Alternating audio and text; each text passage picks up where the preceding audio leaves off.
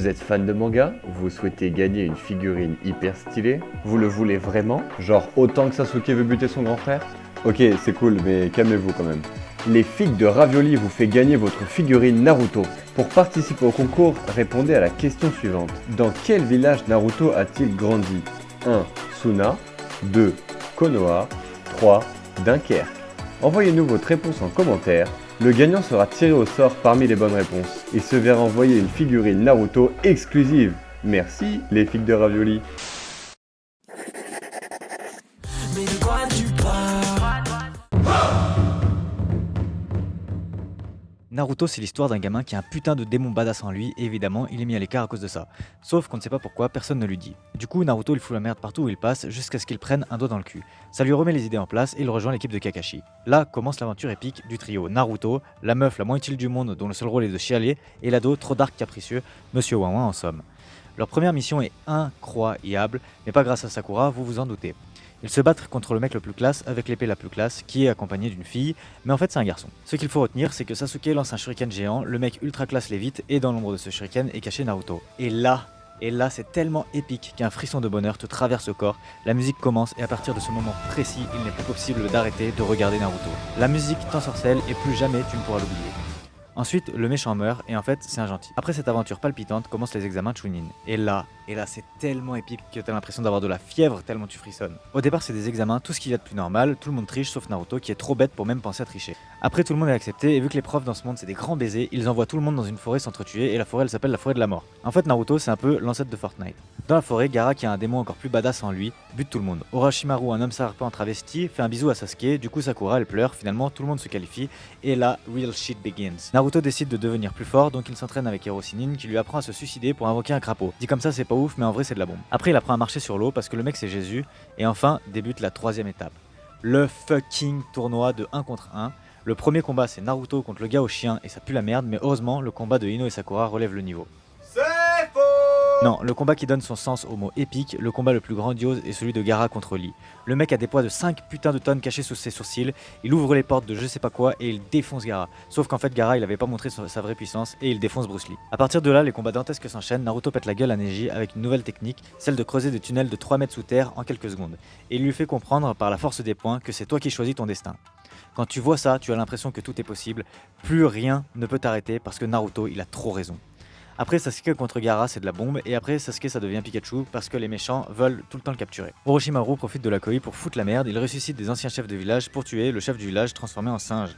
Et dans cette entreprise, il perd ses bras. Vu que sans ses bras il ne peut plus jouir des grands plaisirs de la vie, il décide de capturer Sasuke pour lui voler son corps, si je vous jure. Sauf que Sasuke il est tellement con que Orochimaru et ses larbins n'ont même pas besoin de le capturer, il les rejoint tout seul. Et en gros, après Naruto il le poursuit, ils font un tête-tête en dessous d'une cascade, là c'est même plus un frisson, c'est un orgasme de bonheur tellement c'est ultra bien. Bim bam boom Sharingan, Kageboshi no Jutsu, Bim Bam Katon, Bim Bam Rasengan, Chidori, transformation en démon, transformation en Tokyo Hotel avec des mains violettes qui font des ailes.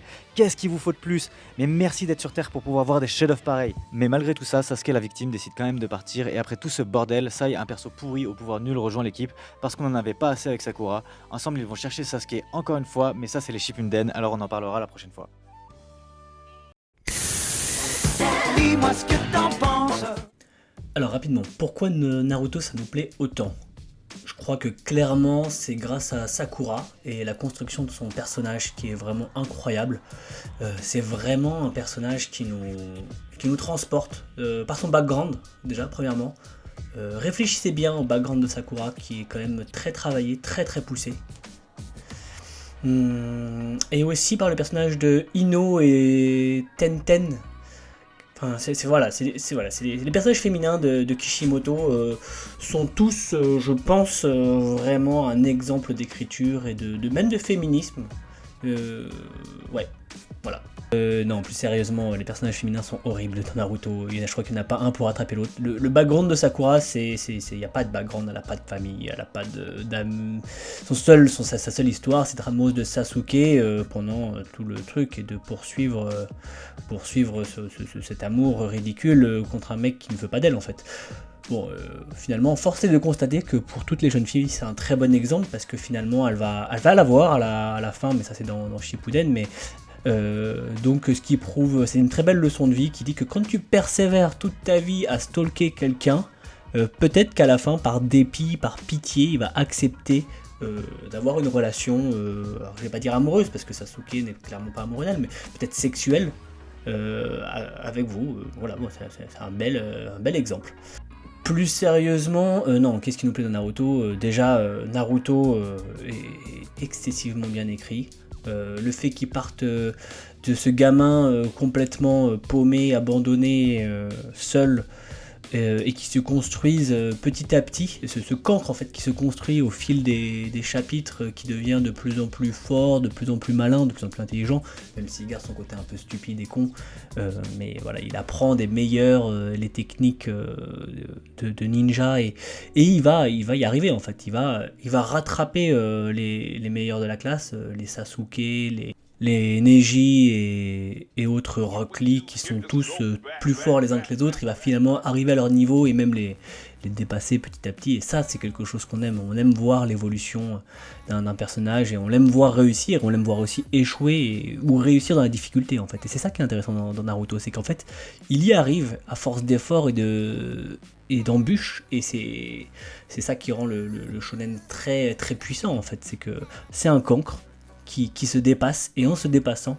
il va réussir à dépasser d'autres personnes. Et du moins, c'est ce qu'on aime sur la première partie de Naruto, où il est enfant et où il apprend à devenir ninja. Sur la partie Shippuden, on en parlera parce que c'est un petit peu différent, le propos n'est pas tout à fait pareil, parce qu'on apprend des choses sur son passé qui changent un peu cette perspective. On parlera si c'est bien ou non, mais en tout cas, sur la partie donc Naruto enfant, découverte du monde du ninjutsu et découverte du monde tout simplement, où on voit à travers les yeux de Naruto toute cette évolution est très intéressante. Ce qui est très puissant chez Kishimoto lorsqu'il raconte son récit, c'est qu'il va arriver à faire monter la sauce. Par exemple lors d'un combat où voilà, les deux protagonistes, enfin l'antagoniste et le protagoniste vont se battre, il va faire monter la sauce à son paroxysme, et là il va stopper, il va arrêter le combat pour revenir en arrière et pour un peu revenir sur les raisons de pourquoi ce type de comportement et pourquoi ce combat a lieu. Et ce qui fait que quand le combat reprend, en fait, il y a chaque coup porté est comme un écho en fait à ce qu'on aura lu sur le passé des personnages, et ça c'est vraiment très très fort chez Kishimoto. Je pense qu'il nous faudrait des heures en fait pour parler rien que de la première partie de Naruto, des points positifs et des points négatifs. Donc je vais rester sur cet avis un peu global de Naruto et ses premières impressions. Ça fait une vidéo assez courte, mais comme ça va nous permettre d'en faire plusieurs. J'espère que vous avez apprécié mon speeddrawing et le dessin de Naruto. Je ne suis clairement pas Kishimoto, mais au moins voilà, je montre un petit peu ce que je sais faire. Allez les Rangers, c'est le moment de se quitter. C'était Ichigoman dessine manga. Lâche un petit pouce bleu si t'as kiffé, un pouce rouge si t'as pensé que c'était de la merde, abonne-toi parce que la suite va claquer, et latte la cloche si tu veux être au courant des prochaines vidéos. Allez, à ciao. Salut les users. Pense à regarder mes autres contenus. Vas-y, clique. N'aie pas peur.